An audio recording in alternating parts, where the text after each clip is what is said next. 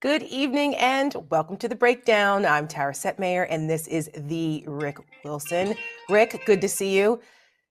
He's a man in demand already. Good to see you, Tara. Sorry, I just committed the second cardinal sin of live television of leaving my ringer on. So I have corrected that. Ben, I will call you back. Listen, we commit many on-air cardinal sins according to cable news standards. So it's part of our savoir-faire. People love us for it. Anyway, it's good to see you, Rick. And as always, it's good to see you guys. Rick, tonight we have a couple things going on. We're focusing on honoring our fallen heroes ahead of Memorial Day on Monday, which I thought was really important. You know, we had talked about this as a group. And so tonight we're dedicating our show to that. And we have two great guests who both served our country honorably, and they'll be joining us in a few minutes. You guys, you're going to love them.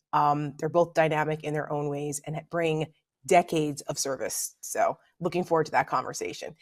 And later on in the show, we're going to share some personal tributes to honor the memories of the greatest generation who also served in our own families. So a little personal touch tonight on The Breakdown. So make sure you stay around for that later on in the show.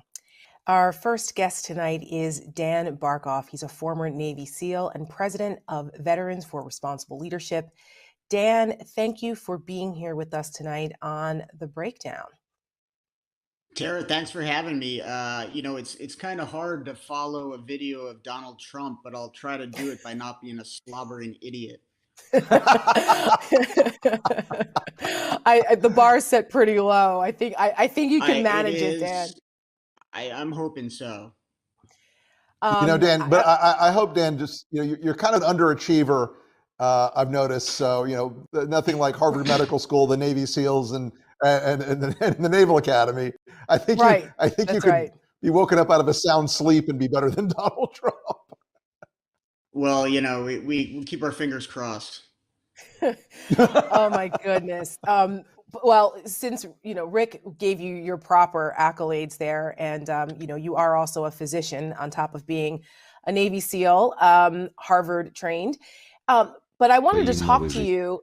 I wanted to talk to you a little bit about your thoughts on what's happening with this January 6th commission and Officer Sicknick, who is now buried at Arlington Cemetery. He's a veteran. His mother went up there. She's basically begging with these members of Congress, reminding them, you know, of the cost here. You know, that's part of the theme of our show tonight, you know, is breaking down the sacrifice that honorable Americans like yourself and others who choose service, and remembering them for their sacrifices. And you look at this, how Republicans are just gaslighting the American people about what happened that day. What are your thoughts on that as you're watching this whole thing unfold? Yeah, it's a great question. So, you know, we talk about this pretty extensively at VFRL. And, you know, the most shocking thing to us is the number of veterans who were involved, and also a fair number of active duty. There were a few reservists and one at least active duty field grade officer out of Quantico who was involved in this. But over 40 military veterans are, you know, buying into this stuff, who actually participated in the January 6th uprising, who, you know, stormed the Capitol and were involved in all of that. And it's twofold. It's really how have we come, you know, so far afield from, you know, taking an oath to uphold and defend the Constitution of the United States of America to, you know, being complicit with, you know, this paranoid fringe that exists on the internet. So, you know, it's shocking, and it's breathtaking in its seriousness.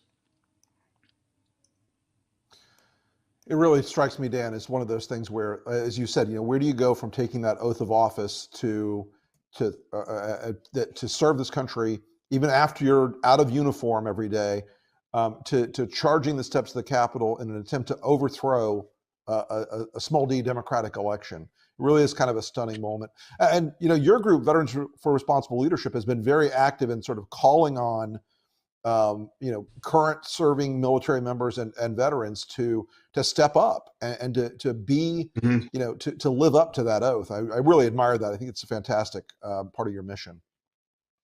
Rick, so, there's this, I don't know if this was told to me on the first day of medical school or later on, but, pretty early in medical school, they sit you down and I remember this professor telling this story, and he was like, these two guys walking along the river, right? And they see someone out in the middle of the river and they're drowning in the river. And, they hop in, they go out, they save the guy, they drag him back. Okay. And they're like, wow, that was weird. And they go along with their walk and, they see another guy, middle of the river, drowning. They hop in, they swim out, they drag him out. I'm like, man, these people keep falling in the river. They go on a little further. They see a third guy jumping in the river. One guy, runs out. He's about to hop in the river and go save this guy. And he looks at the other guy and he's running up the river, right? And he's like, where are you going, man? We got to save this guy. And the first guy's like, you know what? We got to figure out why all these people are falling in the damn river, right? So both things are important, right? We got to figure out why these people are being radicalized, and we got to stop it in its infancy. And at the same time, we have to deal with, the folks who, think it's okay to storm the Capitol and then think it's okay to defend those that did. That's actually a good segue into my next question. What do you, in your experience, because you've served at an elite level, what do you think is the predicate for this extremism, this radicalism that we're seeing, this radicalization actually that we're seeing in the military and law enforcement? Frankly, this is something that seems to be trending over the last few years. What do you think it is? No, it's a great question. So, when you think about someone who served in the military, right? Like, when do they decide they're going to join, the QAnon militia and kidnap a governor, right? So, there's three possibilities. Right. One, and we know this exists, and this was a problem back in kind of the 90s. There are white supremacist organizations that deliberately send members to go to the recruiting station and join up. Okay, that's a tiny minority. Some folks are getting radicalized in the military. And, because of the UCMJ, because of the military, the way it operates, the military needs to deal with that. But we've actually at VF4L have partnered with a couple of academics who've been studying this issue, University of Maryland and University of Southern California. And the vast majority of these folks who are taking this hard right turn, it occurs when they get out. So they get out of the military, they go home, and then that's where they decide, and that's the part, we don't know, right? Like, is it a buddy who says, let's go shoot guns in the woods and, check out the Turner Diaries or whatever, but that's where the most people, it's when they go home and they link up with these folks. Right. Well, it is certainly something that it looks like the military is now starting to take the radicalization stuff more seriously since the Biden administration has taken over. Thank God. And obviously, right. And obviously they've got a long way to go, because I think you're right. Like, the number of people that actually go to a recruiting station who are established white supremacists is probably de minimis. Mm-hmm. This is more of a social problem and a civics problem, I think, than that. But it is definitely something they've got to keep an eye on and focus down on, and make sure that we, don't let that continue to grow and fester inside our military, which should be a reflection of our best values, not our worst. Right. I couldn't agree more. It's really, it's scary that folks are forgetting their oath and they're going home. They're going home to live that civilian life that, you dream of when you're on month 9 of deployment or whatever. And, it's there that they're getting, linked up with these folks who are radicalizing them at home. Right. Which actually leads to your thoughts on, I guess it's been lack of leadership at the highest levels under the Trump administration. There was the politicization of our military and what was going on over there in the Pentagon once Mattis left, and especially in the latter days. But leading up to the Capitol riots, I noticed something with all of these militia groups, that it's a lot of imposter syndrome. These wannabes that can't cut it, like you and others who did, who were able to achieve the elite status in the military, and they dress in the military garb, and they think they're Navy SEALs with their tactical formations and stuff, and all they are a bunch of incels that are wannabes, but yet they've been given an outlet here and latching on to Donald Trump and this weird obsession with him, I don't know how to explain it, because he is the furthest from masculine guy ever. I don't understand the obsession with him. But when you look at the Capitol riots, you've tweeted about this. What are your thoughts about some like the imposter syndrome, and then like people like Ted Cruz, who's trying to talk about recently, right? He put out this video with Russian propaganda in it, claiming that the Democrats are trying to, make wussies out of our military. And yet look at the people in the Capitol riots and what they're doing. I think we have that video, Ted Cruz. We call him Ted Khrushchev. Let's take a look and get your reaction. Твоей новой жизни. Что ты знаешь о себе? На что ты способен? Вопросы могут остаться без ответов, но разве ты сумел знать себя? Познать границы своих возможностей? К черту границы, а без боя нет победы. Но на самом деле, главный враг — это задача выследить врага, догнать его, превзойти, стать лучше, чем он. It begins in California, with a little girl raised by two moms. I also marched for equality. I like to think I've been defending freedom from an early age. To marry my other mom. With such powerful role models, I finished high school at the top of my class, and after meeting with an Army recruiter, I found it. A way to prove my inner strength. I'm U.S. Army Corporal Emma Malone Lord, and I answered my calling. Ted Cruz actually tweeted out, "Holy crap, perhaps a woke, emasculated army isn't the best idea." And he actually retweeted Russian propaganda. That's what that was in the first half of that. What's your response to Ted Khrushchev? Yeah, so the most charitable interpretation I can give to Ted's comments are that he's completely ignorant. Okay. I'm sure General Hertling would back me up on this, but war is a team sport. The fact that a couple Russian guys static lining out of an airplane and shooting bolt action rifles does not intimidate me. This has been a constant theme throughout American history, right? We weren't going to be able to stand up to the British redcoats. We weren't going to be able to stand up to, the Confederates. They were better soldiers than us Yankees. We weren't going to be able to stand up to the German supermen. We weren't going to be able to stand up in the Fulda Gap to the Russians. I mean, this, Al Qaeda thinks we're soft, right? Like, this has been a constant thing that people have said about a democratic nation. But there's a lot of dead people who took that opinion and met up with the U.S. Armed Forces overseas and learned the hard way that is not correct. So there's that. And, the charitable interpretation is Ted doesn't know what he's talking about. He's never served a day in his life. Now, brings me to the second point. Okay. So, there's a young woman, an Army enlisted woman who does a recruiting video. I'm sure it was not her idea.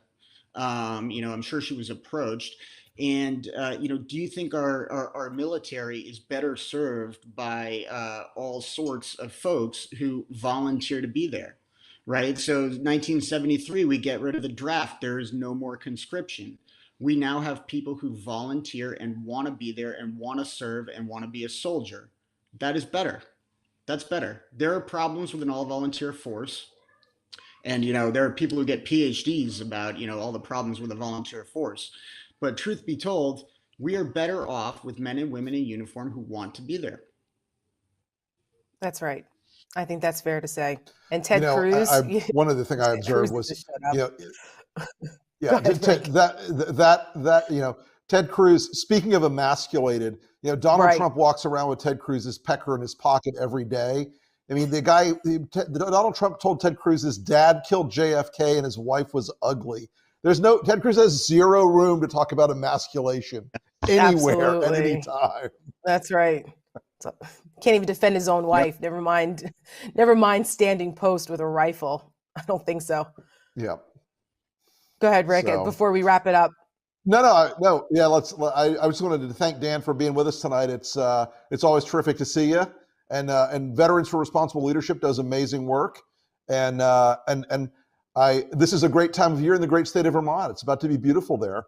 So it's finally, Vermont is terrific from June 1st to Christmas.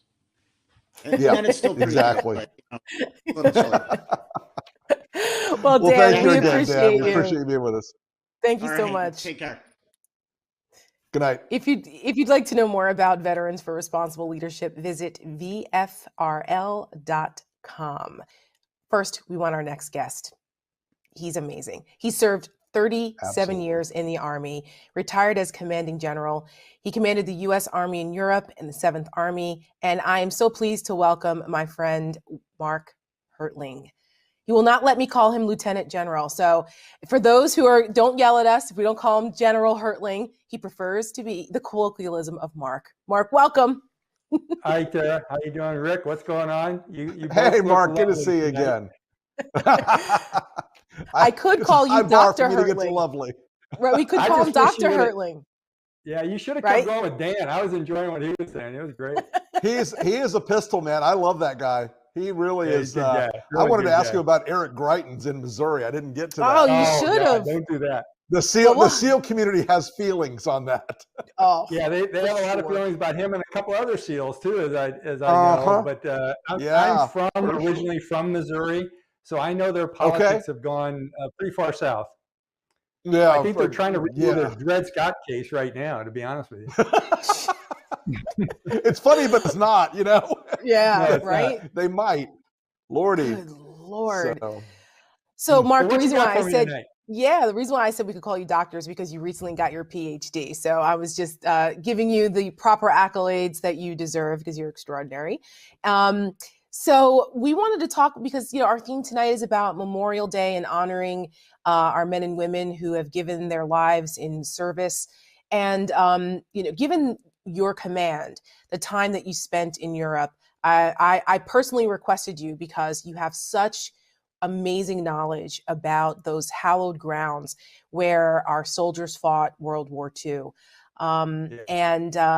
So I wanted to give you an opportunity to talk about that a little bit. But before we do that, I wanted to get your reaction to the Ted Khrushchev thing. We just got done talking to Dan about it, and he said that you would have some commentary on it. I figured you would, and I wanted to give you a chance to react to it. Well, I think Dan said that because he probably saw me on Anderson Cooper talking about it in a very visceral way, because it just pissed me off. And by the way, Rick, if I can go to you and just say that I think if you put Corporal Menardillard, I think is how you pronounce her name, I'm not sure. She was one of 5 people in those commercials. But I think if you put her in a cage match with Ted Cruz, she would she'd beat his ass. 15 seconds. There's no doubt in my mind about that. Anyway, no question in my mind. Let's get a little bit more professional. I think he was way. The sad thing about what I think Senator Cruz did was, it caused a lot of people to have visceral reactions to what he was saying. But as Rick and others have said, and I think Tara, you mentioned it too, is there is a bigger strategy to this. And it's the continued divisiveness of our society, which is just really sad. To have the macho image of the civilians wearing camo and toting around AR-15s and being the manly men with the flags behind their truck, like Dan said, I mean, that's not soldiering. And oh, by the way, the comparison to the Russian, which I think was pretty interesting, that was probably a bunch of Drago lookalikes in that film. And the Russian army ain't made up of those kind of guys. No. Trust me, because I've worked with the Russian army. They are a conscript army. They spend 1 year in uniform and then they're gone. And the 1 year most of them serve in uniform, they don't like being there because they are treated very poorly and not fed very well and live in large cold barracks with bunks next to each other. So comparing the U.S. military to the Russian military, based on a propaganda film is not the best approach by an acting U.S. senator. For sure, and it is one of those things that you know, as you pointed out, this is a big complex team sport, and the fact is we need people from every background. It isn't just trigger pullers. There's a huge diversity in our forces, spanning every part of the spectrum of conflict, from intelligence to the guys who kick down doors, and we need a lot of people who can do a lot of things that aren't the stereotypical, like, Ted Cruz idea of 1980s adventure movie military service. Well, here's the thing. If I can comment on that, Rick, you know, Dan was a true trigger puller and a knuckle dragger SEAL. Okay, so he had that M4 with him with the scope and all that other stuff.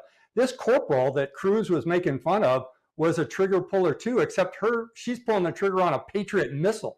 So yeah, that's a little bit bigger weapon system than an M4. And those air defenders that man those pieces of equipment are in places like Kuwait, Europe, Korea, to guard against incoming missiles. They used to be in Israel too, reinforcing the Iron Dome. So yeah, it's just staggeringly stupid what some of these people in the Senate are saying. It is. It really is quite something. And they think that they're pro-military, right? Yeah. Like they walk around puffing their chests about how, you know, God bless America and our troops, you know, and but yet they just continue to use them as political pawns, and it pisses me off.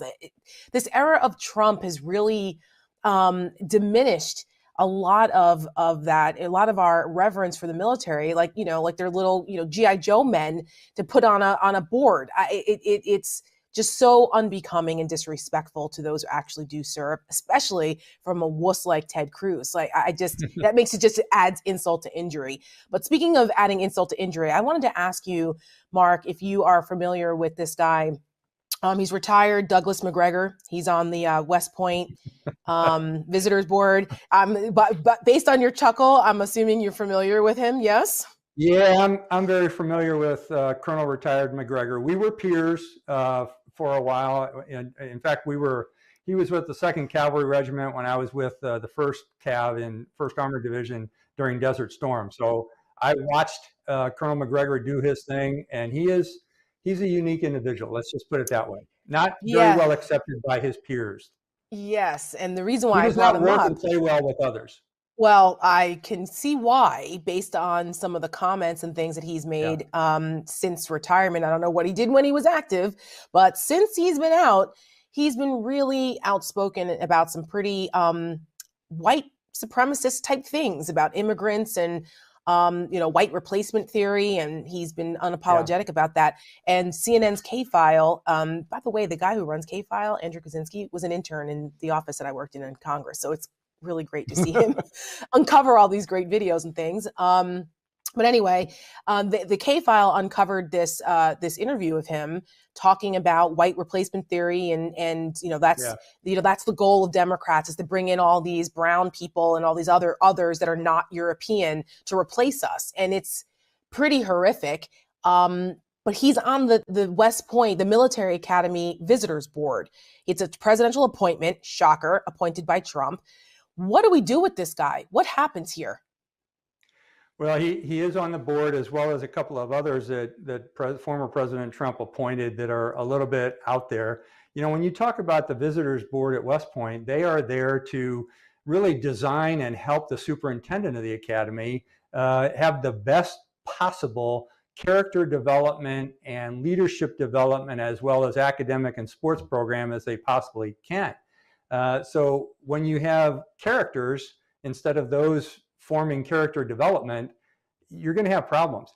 What can you do about it? I don't know, truthfully. I think it's a 4-year appointment, but I think it can be overcome by the Biden administration. And President Biden is slowly countering some of those things. I just read today where he severed the relationship of a former Navy SEAL who Dan also doesn't like, but I won't mention his name, running oil in northern Syria to the Kurdish region.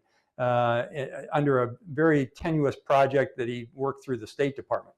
Just crazy stuff. But all of that is neither here nor there. I'm going to answer your question because I want to get to it. It's important about the cemeteries in Europe and the difference between us and others. When I was commanding in Europe, a couple of times over there, I had just returned. Well, all the times I was in Europe, I had just returned from Iraq. So I had 3 tours in Iraq, and each time my family was stationed in Europe. I got to know the cemeteries. Most of the military cemeteries in the United States are run by the Veterans Administration, but all the overseas ones are run by something called the American Battle Monuments Commission. There's 28 of them, and 19 of them are in Europe, and I've visited all of them, and they are unbelievable. If you're talking about a Memorial Day at Arlington, there's a lot of pomp and circumstances. I would suggest you sometimes take a trip to Europe and go to either Margraten in the Netherlands or Normandy in France or any Anzio in Italy and see what the people who have from those countries have done to adopt the graves of American soldiers and make them their own and use them as teaching points about liberty and freedom and social contract. The other thing I'd say too, Tara, if I can continue a little bit. Sure. Rick was talking before to Dan about, the character of soldiers. And one of the things I used to do as a commanding general is I would go around and talk to soldiers from other countries, because we had 49 different countries in Europe that I was partnering with. And I would ask the other countries, what do you take a vow to? What do you vow to defend? And I'd get really great answers like the motherland or the fatherland or El Presidente or the king or the queen or whatever. And it's all very different than what U.S. soldiers vow to defend. They defend a piece of paper, which represents ideas. And those ideas are found in values and a social contract and liberties and freedoms that we have. And we've got young men and women who fight to defend ideas as opposed to a piece of ground or a person. And that should never change. I did this last time with Memorial Day. I keep a box on my desk with the cards of 253 soldiers that were under my command in combat, that gave their life, made the ultimate sacrifice. I look at that box every day. I know the story of all of those individuals, 253 of them. And you say, wow. These are folks that went to foreign countries, and those cemeteries in Europe, it's the only plot of ground we occupy in Europe from the World War I and World War II era. Those are the only things we ask of, is some place to bury our dead. So this Memorial Day is, I think that's what you wanted me to talk a little bit about, is really important to me, having served with these great men and women who gave their ultimate sacrifice. And by the way, there's a couple of Allied soldiers from Latvia and Ukraine in this box too, that fought alongside of us. All of that's important. For sure. And it is one of those things where I think we have to divide between the symbolic sort of rah-rah of we love our troops to the respect they are owed, and that our obligation as citizens demands of us when we see those kind of sacrifices. And I don't think as a society we understand them well enough and feel them deeply enough, because so few people actually serve, that I think there's often a big distance emotionally with the lives of these people. And I think it's one of the things I'm very grateful for your explication of that. I saw that box and I was very moving, because you clearly, those people have a story, and you've taken the responsibility of carrying those things forward. And I truly admire that. Yeah. It's important. Well, it is important, which is, to Rick's just point like as well. Just like Officer Sicknick is important right now. Yes. And you were talking about that early on. Yeah. And that's something that we should stand up for and not let people get away with brushing this under the rug. 100%, which is why we continually bring this up. This is why we, will never let folks forget it.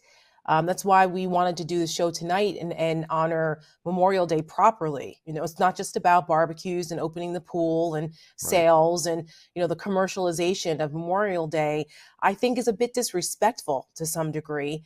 And it's important for people to understand that Memorial Day is about honoring those who gave the ultimate sacrifice, which was, you know, losing their lives, versus Veterans Day, which is honoring everyone who serves. But Memorial Day has a more specific meaning, and it's important to make that distinction as well. So that's why I wanted to have you on, Mark. Because can I say one more thing about that? Sure. I know you're getting into the Q&A section that you want to do, but that's okay. You know, my favorite movie of all time is Saving Private Ryan. And there's a great scene at the end of that movie where Tom Hanks pulls Matt Damon into him close. And as Hanks is dying, Captain Miller is dying, he says, "Earn this. Earn this, what we have given to save your life." And then it fast forwards to old man Private Ryan in the cemetery at Normandy with his family. And he turns to his wife and says, "Tell me I'm a good man. Tell me I've deserved what they did for me." And that's what I think we need to go back to as a nation, is earning the things that so many people have sacrificed for. And it's unfortunately not what we're seeing today. Absolutely. Lieutenant General Mark Hertling, with all the feels tonight, that gave me chills.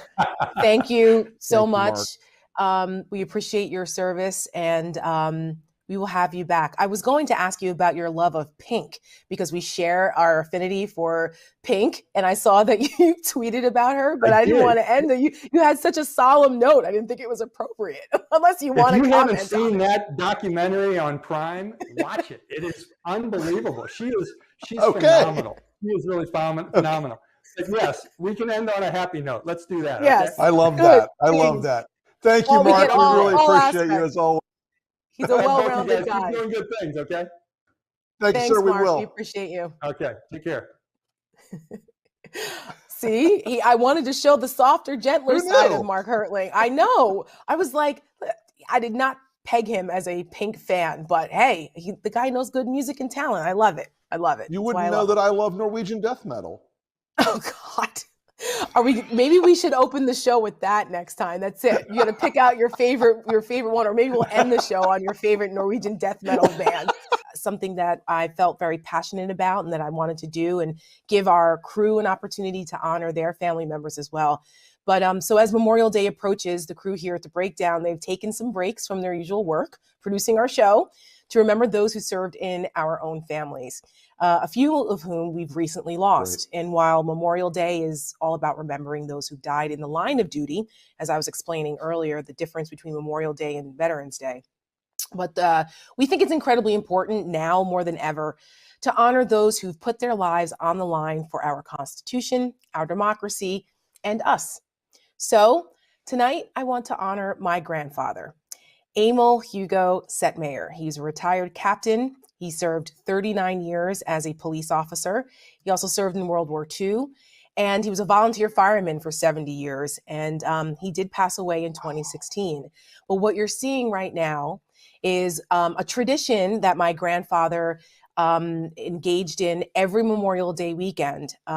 He was a member of the VFW, also the American Legion, and he would sell poppies. And these are some pictures that you're seeing of my grandfather selling his poppies. And he was always the #1 poppy seller because he was quite the guy, very charming, and everybody knew him.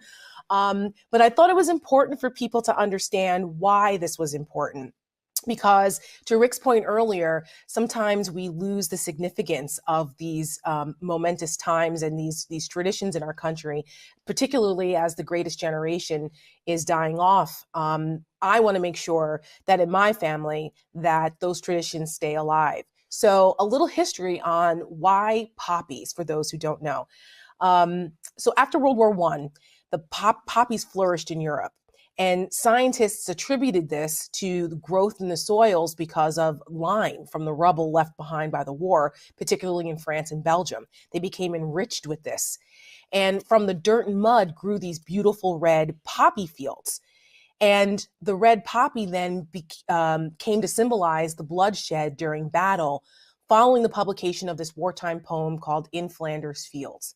Now, the poem was written by Lieutenant Colonel John McCrae, and while he was serving on the front lines in World War I. And on September 27th, 1920, the poppy became the official flower of the American Legion family to memorialize soldiers who fought and died during the war. In 1924, the distribution of poppies became a national program of the American Legion, and that's a tradition that still carries on to this day, thus the pictures of my grandfather. Congress actually, which I did not know this, they actually designated the Friday before Memorial Day as National Poppy Day. So that's tomorrow, May 28th. And I encourage everyone to please show your support. You can purchase and wear your poppies. Usually people sell them still at supermarkets. You'll see the VFW guys or American Legion guys out there. I think you can order them, but you can wear and display them. You can post pictures. The American Legion has a virtual poppy garden on Instagram and Twitter, and you can use the hashtag Poppy Day. And that's a picture right there of the poppy that I keep in my car all the time. It's been there for many years. That is one of my grandfather's poppies. And it's been in every car I've ever owned since, 2015 or so. I always keep a little piece of my grandfather with me. And I have one other poppy that I always keep close to me. It's in my kitchen that I took out so I could show you guys on the show. But I always keep a little piece of my grandfather with me, and because I'm proud of his service. So yeah, support the American Legion, because all the proceeds from the purchases of the poppies, it goes to support programs for veterans, military communities, and their families. And so the expression, their motto is honor the fallen, support the living. So that's our little history lesson about poppies, Memorial Day, and my grandfather, my Gramps. And now I'd like to take a moment to remember the family members of our LPTV crew that has served and passed away. First, the grandfather, or the Jidu in Arabic, of our booker Melanie Lawrence Laurie Ganem. He served in the United States Army during World War II, and he received a Purple Heart. And we're featuring the late grandfathers of the Lincoln Project's Deputy Creative Director, Michelle. Also assists Rick and I. We love Michelle. This is John Dawley. He served in the United States Navy and was recalled to duty for the Korean War. He went on to serve 25 years in the Watertown Police Department in upstate New York. We'd also like to honor Michelle's other grandpa, David Kinney. He was inducted into the United States Navy in 1943 at the age of 17. He went on to serve for 30 years in the Watertown City Fire Department in New York. I love it. A family of firemen and policemen. My grandfather was both, and there was always rivalries during 4th of July. But when 4th of July comes up, I'll tell those stories. And finally, we are featuring First Lieutenant Robert Winthrop Keene, the late grandfather of our executive producer, George. He served in the 2nd Division of the American Expeditionary Forces during World War I and was awarded the Distinguished Service Cross. We honor and salute our family members, the greatest generation, and it's a pleasure to do that because I don't think we do it enough. So there they are, and we thank them and thank our crew for sharing their families with us. And finally, tonight, we'd like to honor another kind of hero. Since we're always talking about our pets, we want to honor war dogs. This is actually a thing. These animals, the service animals who serve in our military dogs, they've been used in the battlefield for thousands of years. But in the United States, they began officially recognized during World War II. And in Michigan, Rick, did you know this, that there's a war dog memorial in South Lyons, Michigan? I did not know that. I didn't either until we did research for this. And I'm thrilled to hear it. There's the War Dog Memorial in South Lyons, Michigan, and they provide burial with full honors at no cost to the service dog's handler. I think that's amazing. So if you guys like that too, you're always welcome to donate. You can visit mwdm.org. So we honor even our four-legged heroes on the show.